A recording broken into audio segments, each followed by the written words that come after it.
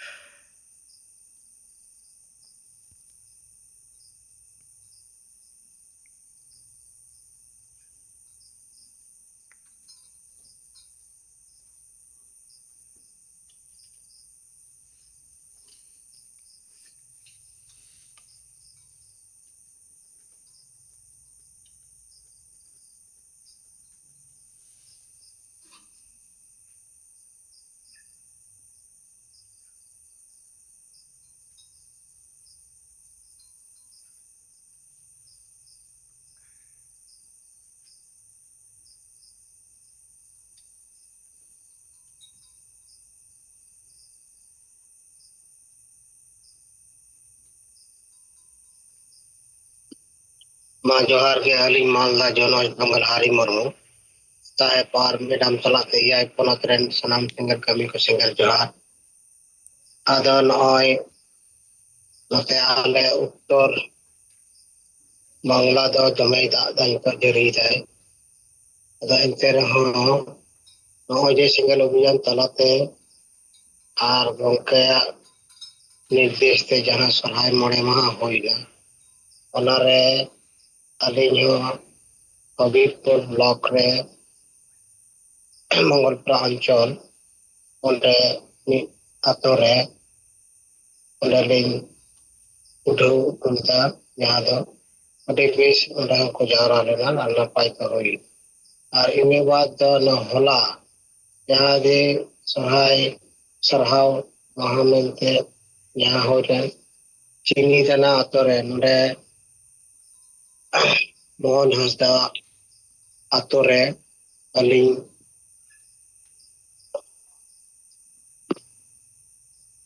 Teacher से खय से पेक्रिजीबी से खय गोरा मुर्मू महाशय और आलिंग हरि मुर्मू अना हड़े हो आलिंग तेना नेता लेकाते अदरिंग चलाव लेना उन्हें चलाव कते यहाँ प्रोग्राम लिंग नेर कते नो सरहाम वहाँ रे अडे बेस को कराव कदा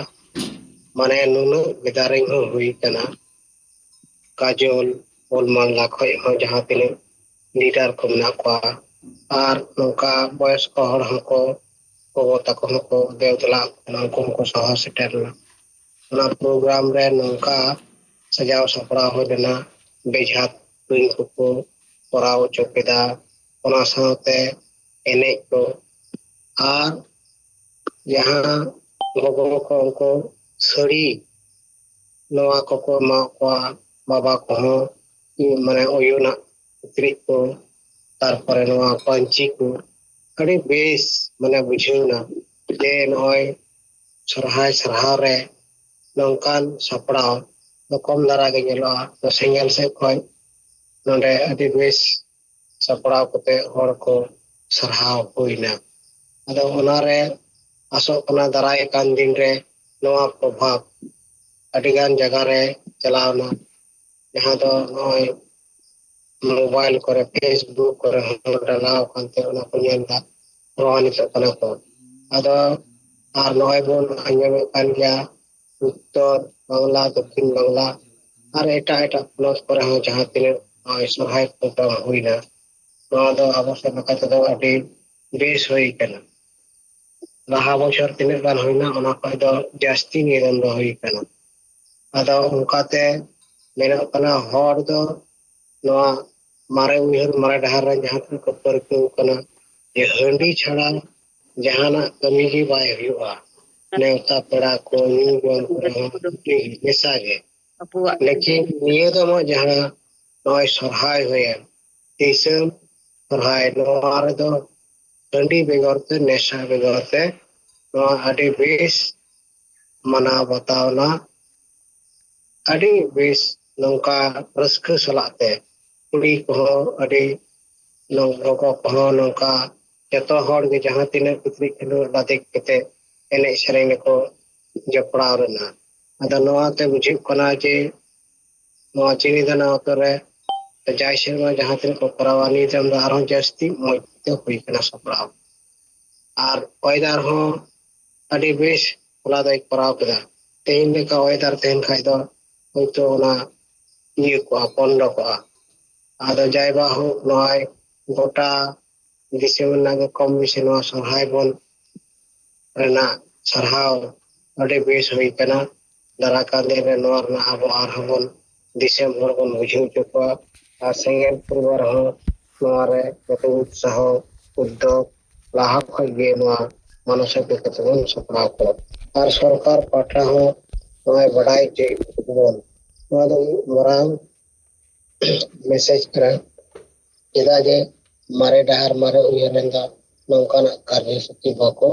लहा दाड़े का अदो ठीक गया आले नोडे मालदा जोन रहा अडे बेस पीबीटी गंके हाय लीक दे अडे बेस ओने को कराव कदा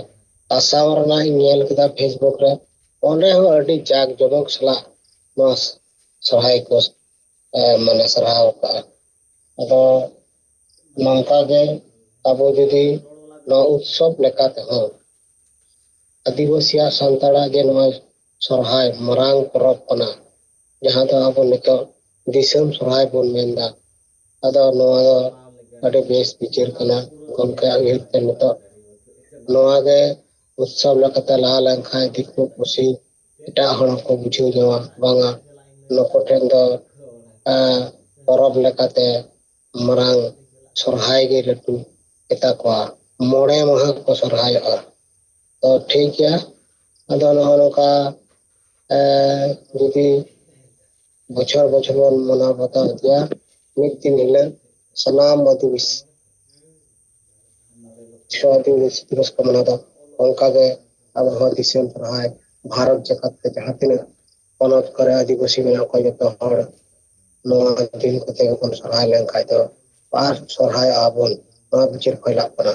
कारण नोंडे अडी खर्चा खर्चेर नाम के व्यापार ना जहां शिक्षित वर्ग को चाकरीजीवी को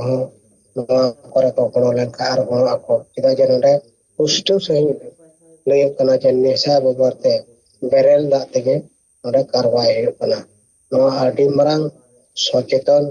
रेना परब कना ठीक गया आदो नय जतो सनम पनत रेन सिंगल कमी को सिंगल जोहार एमते अलिया कथाली मुचेता जोहार गे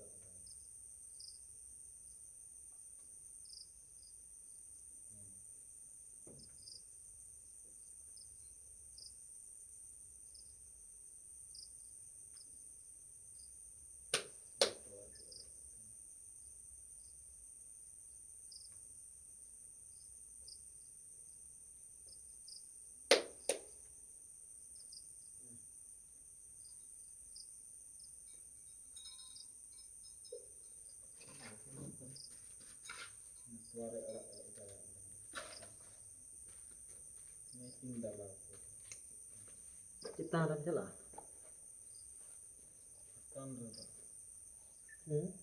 Udah sak dah.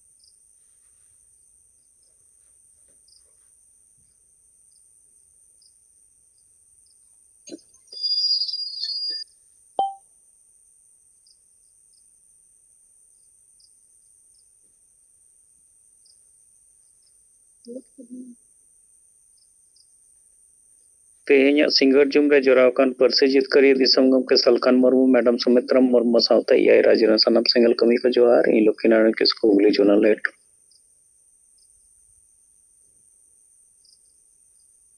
तो उगली जोन रहो नेस 2025 लगी ते जहां नेडा गोटा तहे कना ओना आधार तेगे सोरहाय रेना कमी ओरा दो पारोमेन गया दो उगली जोन रे मोड़े गोटे जिला मेना रहो बारिया जिला रे नवा कर्मसूची हुई दारे कावदा हुगली जिला रे पिया ब्लॉक रे धनियाखाली जांगीपाड़ा और पूर्वदातपुर ब्लॉक और बीरभूम में तो जिला पावटा सेट खन इलाम बाजार ब्लॉक एरिया रे उनको से खन सपराव ताहे कना और नवा सोरहाय इदी कते नय जे जायगा जायगा रे अब अनुष्ठान को होय प्रोग्राम को होयन और ओना लगी ते नय प्रशासन को बड़ाई हो चुकी को आको सेट खन को सेबी को मिटंग तैनात को ताहे कना माने एटा उत्सव करे जेमन को प्रशासन को शांति श्रृंखला आलो भंगो ओना लगिते ओंडे ड्यूटी रतो को ताहेना अबुआ नवा कर्मसूची करे हो ना खान उनका गे नेलेना माने मिट लिका दो मेन गानो प्रशासन लेवल रे हो अब सोरहाय इदी कते मिटंग जानकारी उन्नो मस्ते बांग ताहे लेन खान हो नेस खन दो आरो उनको तला रे ओना रेना जानकारी सेटरना और बंगाल करे दो नय विभूति गमके तकिन जहाँ के रिपोर्ट किया जे विभिन्न वीडियो ठेन हो और सोरहाय बाबूते जेहेतु पश्चिम बंगाल रे दो जे कोनो नोआ बंगाली को मारांग उत्सव करे दो सरकारी भावते आर्थिक गौरव को एमा को जैसे नोआ दुर्गा पूजा रे उनका के इस्लाम को जहाना उनका लट्ठू प्रोग्राम मेना ओना उत्सव मेना ओना रे दो नोआ हो मिटंग मैसेज तो सेनेन गया जे नको आदिवासी को आको सोरहाय परब जहां दो मोरे माह रेना मेना ओना रे आर्थिक गड़ो रेना मिटंग आवाज को राखावेदा खासकर आले नामाल करे हुगली बर्धमान करे दो नेलोआ नय सोरहाय इदी कते जहां नेडा गोटा रे अब होई के ओना खन दो लाहा रे होई रेना मिटंग प्रवणता से उपास मेना गया अदो नेस नोआ को नोआ एरिया करे होयन खान दो होड़ को कटी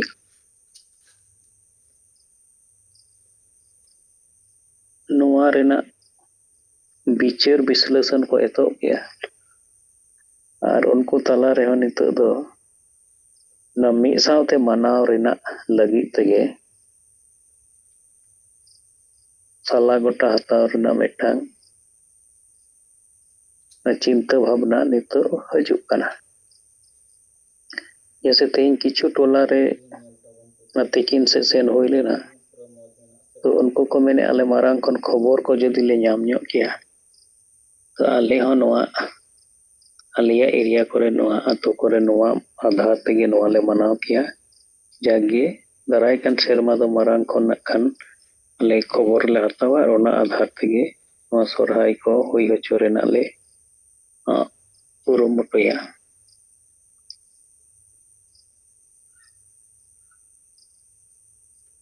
सोरहाय चेतान रे दो निना गे दोसर तो अब थोर कमी हरा लागे पुरो लगिते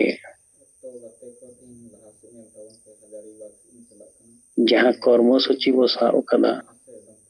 जतो स्तर रे अब कार्यकर्ता नाम जिम्मा एम और उनको होते थे नोआ सिंगल समाज सुधार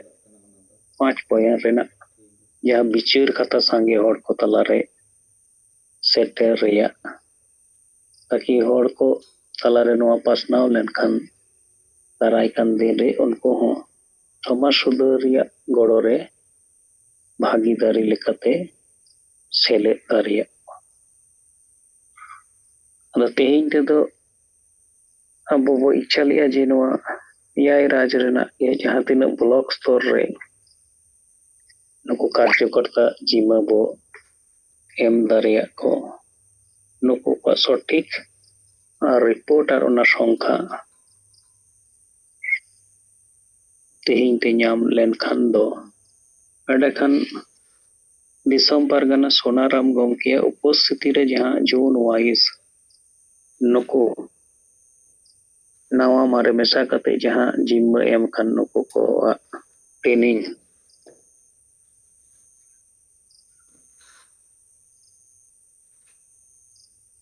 program doho riya kormosuchi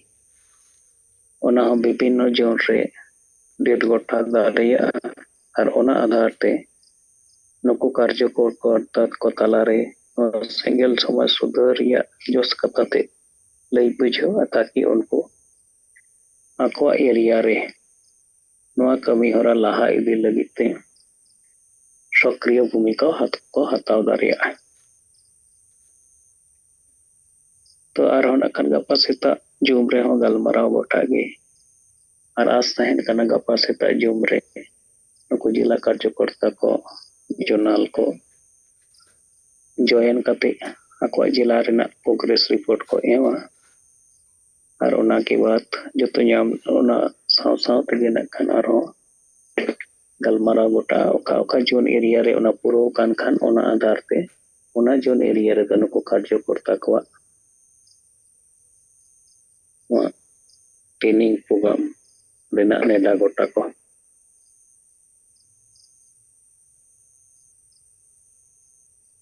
इन से खन दो तेइन दो निना गे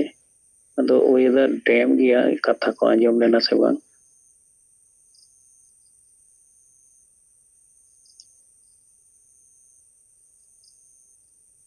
हाँ ठीक है आंजम लेना बेस के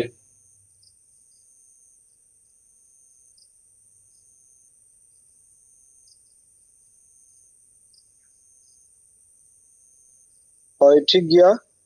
तिहिना नवा जूम मीटिंग रे बो सेलेक्ट अकान जीवित बंगा पार्सी जितकरिया दिसम गंके मानतान सलकान मुर्मू सला मैडम सुमित्रा मुर्मू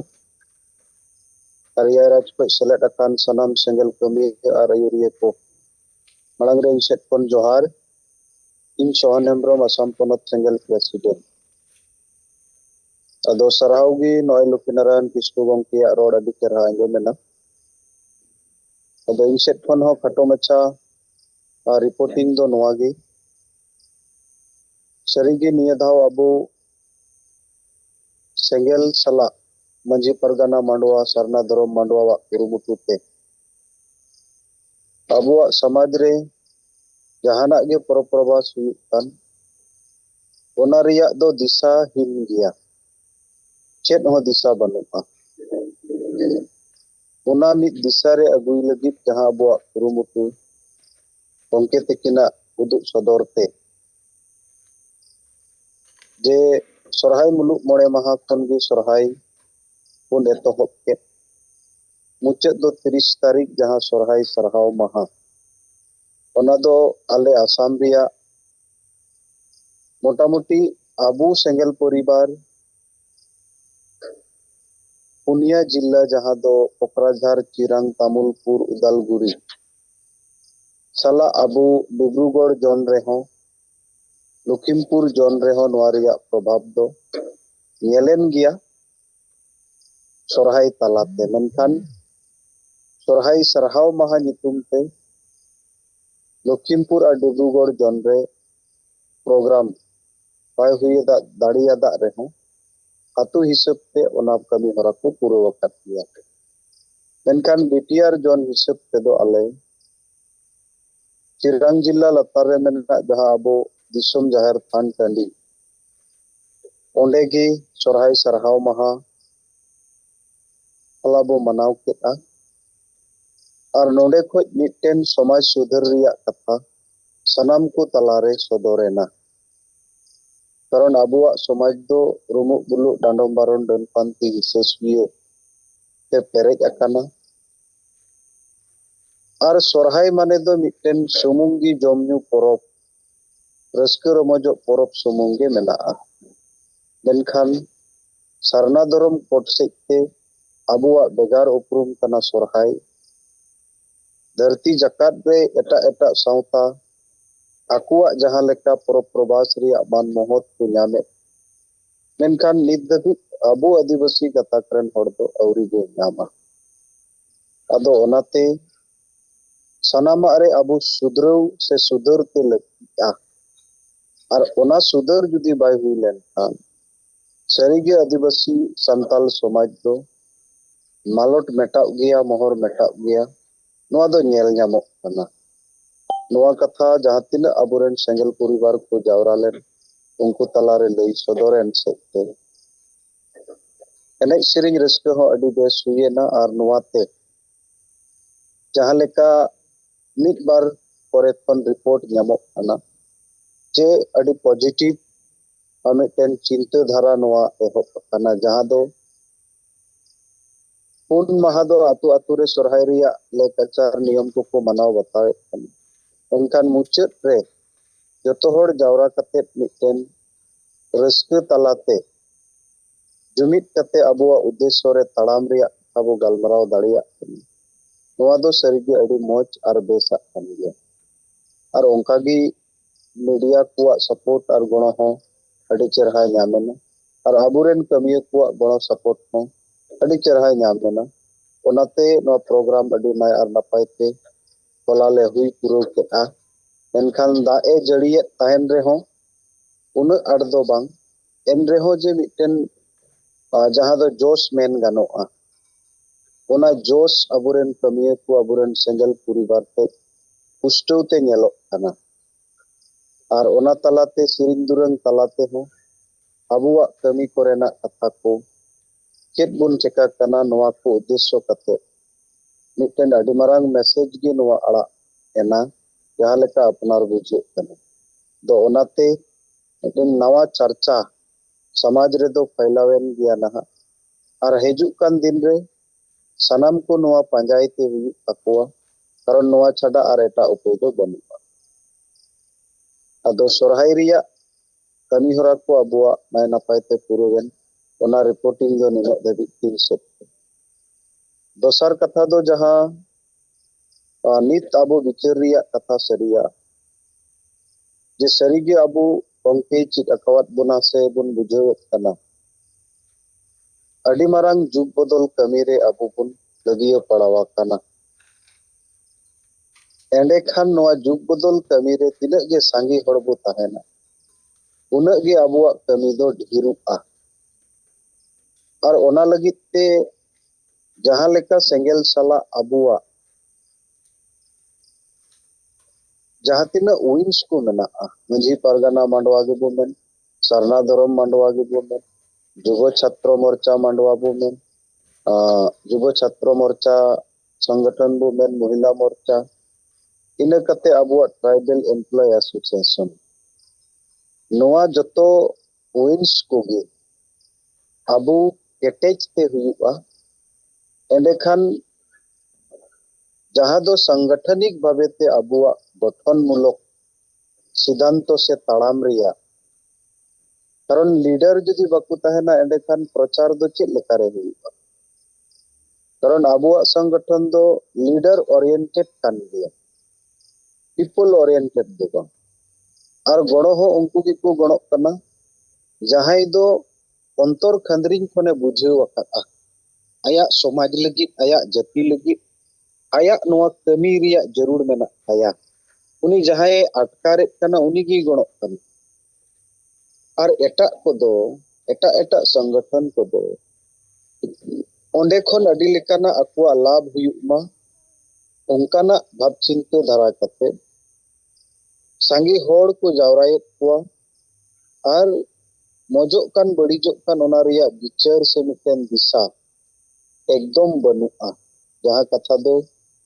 गोंके लैया कत गया आदिवासी दो मानवा रूप रे अबो सेता गेबुन जनाम अकन कारण हासा रिया गरज दुलड़ बनु हासा रिया गरज दुलड़ बनु जाति रिया गरज दुलड़ बनु रम रिया गरज दुलड़ बनु सेता सुप्रिया हो उनका गे बनु ठीक उनको सला तुलना लेन खान अपनार हम अटकार दाड़िया आदो एकदम नोआ दो एग्जैक्टली कथा खान आई से हुयु आईपीएस से हुयु डॉक्टर हुयु इंजीनियर हुयु जहां तीन मारंग साहित्यिक कान गे उनिया मेंटालिटी रे दो मारी बहो रिया कथा गे पंजावा खाना वर्तमान जुग और कानून संविधान सला तड़ाम हुआ नोआ दो बाय खंजा एंडेखान नोआ लीडर ओरिएंटेड कमी तबे अबो joto wins regi leader ko ketek riak kami hora ale ho kurumutu re menak leya nit dhabi abuwa jaha manji mandwa riak jilla level sarna dhorom riak jilla level dhabi uye kan reho sarek do babu dadi kau ba amekan kurumutu re menak leya mohila morcha ho jubo chhatro morcha ho enkan tribal employee association jaha abuwa wins menak ona redo chakri jibi ku node ho menak gya enkan dhir do dhorom bodol akak ku kan gya ku ar ona karon te ongkan kodo mi barya gibun nyam akat kuwa jahai abu salak gati menak kuwa menkan ungku ho puro somorthok te do bang jaha karon te ungku ho ona daitto abu babun em dareyakat kuwa menkan noa ho perej riak se kurumutu ale tala reho ale le kurumutu yeka ar ongkate noy jaha disum pargana gomkiya उपस्थिति re leadership training program adi jaruri mana adi proyojon gya ar ona huilen khan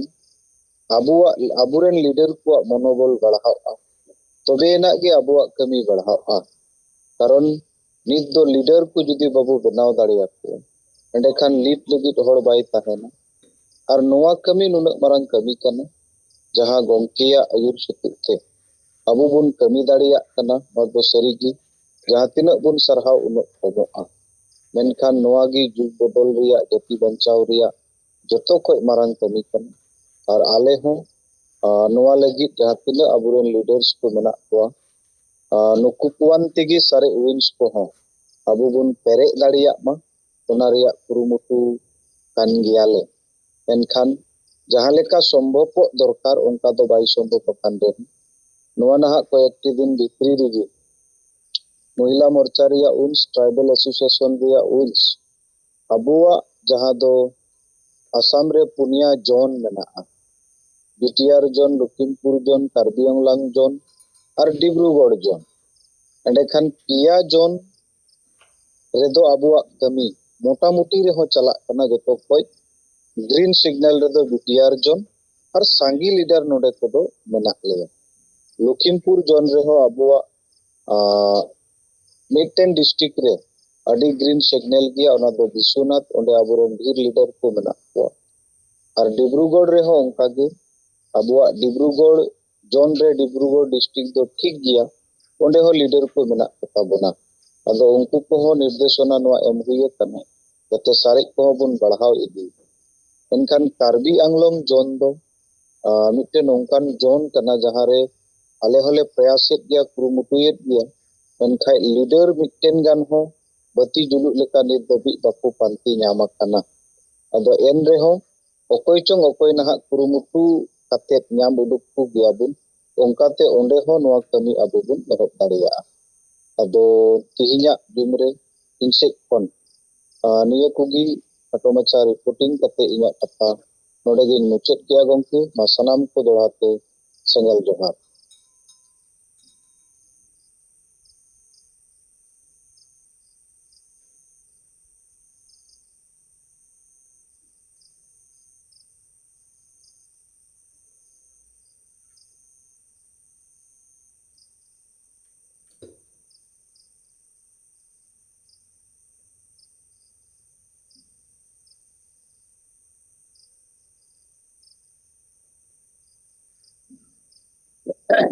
अच्छा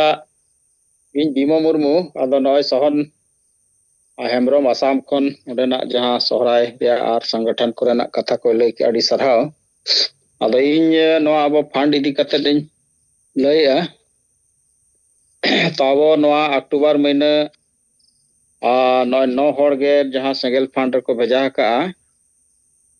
are ओना लेकाते लay गोदा मिद नोडेक रवि नारायण सोरेन 500 टाका भेजा का राजाराम माझी के केंजर कोनी 1000 टाका ओडे खन मंगल पड़िया जामशेदपुर खन 1000 टाका अनिमा मुर्मू तालडांगरा खन 1500 उनका गे रतन टुडू धन्या खाली खन 500 टाका मोतीलाल सोरेन सनवा प्रखंड पश्चिम सिंहभूम खन 500 रुपया कुनुराम बास्के जामशेदपुर खन 1000 टाका बागराई टुडू नुई 2000 टाका उनका के मदन मुर्मू जहाँ सांथाल परगना 1000 टाका तो 9000 टाका नियम महीने को भेजा का अदो अब ठेन तो 63,000 मेना 63,000 टाका तब मेना सेंगल फंड रे तो ठीक गया तो इन पाटा सेट खन दो मा खट्टो मा चते निये गे तो मा सलाम को जोहर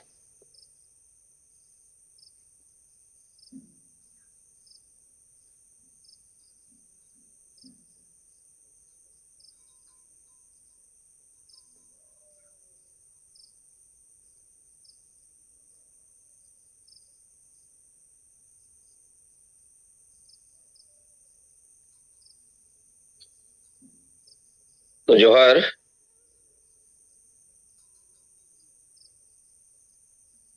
तेहना नवा सिंगड़ जुमरे आबोरिन परसी जितकरिया जीत बुंगा सला मैडम सुमित्रा मुर्मू साउते याय राजरीन सिंगल कमिया को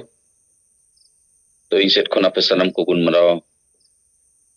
जोहार तो नई रिपोर्ट को वो आजम केट गया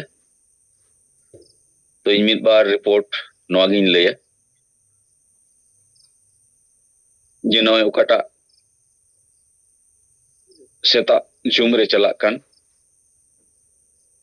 संगठन विस्तार रे गलमराव नवा अडी चेष्टायत गया मेनखान जहां अनुरूप हुयु दरकार और लगभग नितो दो जिला धरी संगठन विस्तार रे कमी होरा दो सत कना मेनखान नवा मिनहाट भीतर ते ब्लॉक कवर रे कथा ताहे कना तो ना बांग हुई दगड़ा काउट अदो आसाया ओना अब विंग लेकाते ब्लॉक धरी सेटल लेनखान कार्यक्रम और कमी हो रहा हूं ब्लॉक एरिया रे संगे कार्यकर्ता को न्यामो और उनाते ओकाटा अब समाज सुधार रे कमी हो रहा अब वो स्पीड अगु दड़िया ताकि मिटंग कमी रे रिजल्ट रे परिवर्तन होचोयाबो आदो ओना लेकाते संगे कार्यकर्ता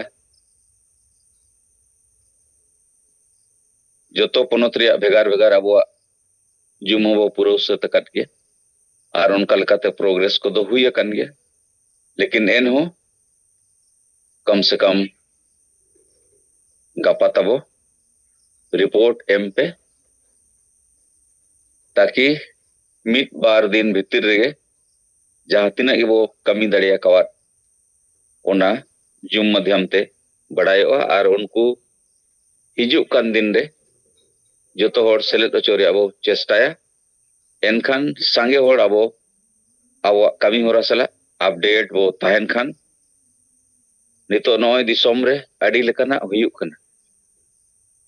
आदो सिंगल रिन कार्यकर्ता और नेता कान खान बो ओना अडी लेकाना हुयुक तला रेगे अब एक्टिविटी अब समाज सुधार रे कमी होरा और नितो युद्ध स्तर रे वो इदी दड़िया तबे एनंगे नुकु मारे उयहर मारे डहार रिन होड़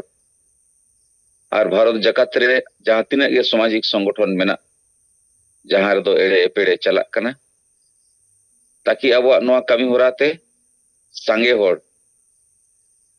रुमु बुलु डन डांडम सामाजिक बहिष्कार हिंसासुय महिला विरोधी मानसिकता और वोट किरिंग अखरिंग लेकान सेना जहां बड़ी कमी होरा कोन अब संगे होड़ जुमित कते जितकरो रे अब परसी जितकरी जीत बंगा सालकान मुरुआ जहां विचार और संदेश मेना न पूरा भारत जगत रे पसनाव दड़िया कम समय ते लगे आदमा निया कथा कोगे लय कते तेन जेखा गलमराव अली सेत खन नोडे गेले मुचे दिया तो मा सनम को जोहार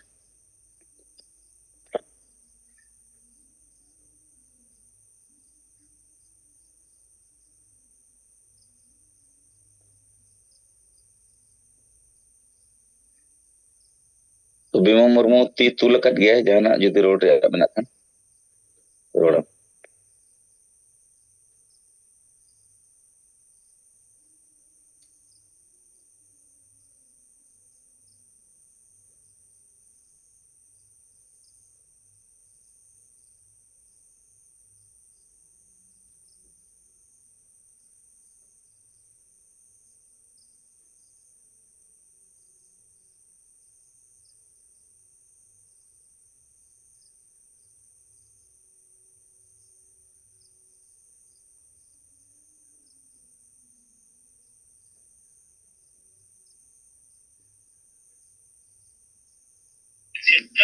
जुमीद बखेर लगी जहां बस अपराव कान खान बर और रकम मा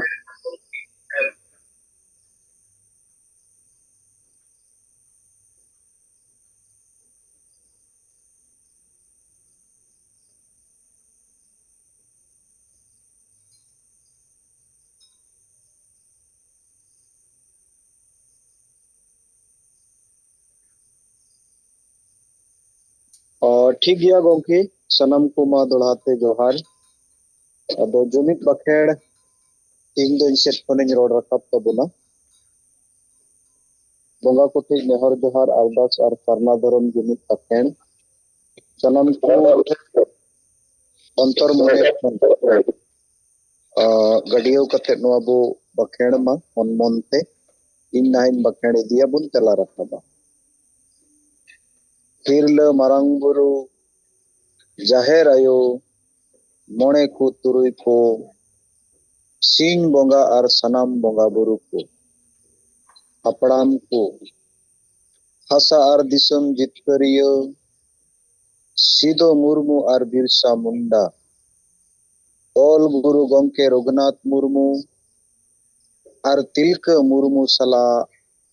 सनाम बीरबांटा को माँ आपे ठेनले नेहर जोहार और गोडो माँ आपे आले दाड़ी और गोणो एमाले पे जेमोन आले हिससुय बगी कते जुमी दाड़ीले सरसाव दाड़िया मा आले तलारे दुलड़ और गोणो गोपड़ो दाड़ीले बेनाव रकब दाड़िया मा आलेया दुख हरकेत चबा मा आर आले सनाम होड़ सुख शांति रेले तहन मा आले बेसोर डहार ले सला बचाओ दाड़िया मा और बेसोर डहार रेले तड़ाम मा सरिया रोड और बेसा पंजाई लगी आलोले बतोरो मा साहस एमाले पे बदलो कान समय सला ताल मेल ले दोहो दाड़िया मा कोड़ा कुड़ी मिट जमीट कते ले तड़ाम दाड़िया आलेया जति धरम हासा भाषा मान सम्मान इज्जत आबादी रोजगार चास बास ले बंचाव दोहो दाड़िया मा फालतू कमी निस हिस भोट किरिंग अक्रिंग आर बुलुक ले बगी मा जेमोन आलेया मोने जीवी आर हड़मो केटे तहन मा जुमड़ी कुमड़ू स्वार्थी आर बड़ी हड़ पंजा बगी कते आलेया समाज ले पंजा कते मा बोंगा बुरु को माँ आले सलाते आले रेन मंझी पारगाना और नायकी को हों दाड़ी और गोणो एमा को पे जेमन नोआ बंचाओ कमी रेको गोणो मा दिस्टम गोंके सालखान मुर्मुआ अयुरते संताली परसिले जितकर केटा एमाय पे केटे दाड़े गोणो और बुद्धि जेमन आया अयुरते सरना धर्म और दिसम लागेले जितकर दाड़िया मा बोंगा बुरु को मा सनाम दारी बुरु जीव जंतु चेणे चुपरुत आर एटा मानवा को आशीर्वाद एमा को पे जेमन आकु हो सुख शांति रेको तहन मा जोहार इन तायनम क्रिया हताव शपथ ग्रहण जोजम की चुपुत कते बहुत चेतान बो रकाबा मा बोंगा बुरु को आपे सखी शोभा कते इन आर आले क्रियले हतावेदा छे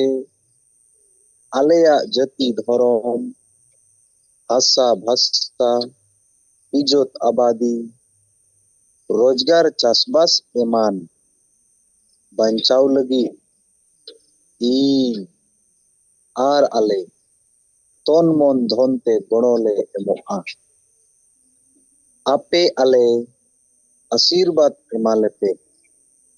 जेमन आले लागेले जुमिदो आर जितकरो मा जोहार अदो ठीक गया मा गमके को इनसे खन जुमिद बाखेड़ पड़ानी रोड रकाब के तबुना अदो सलाम को सेलेदन लगित अडी आयमा एमा सरहाव आर जोहार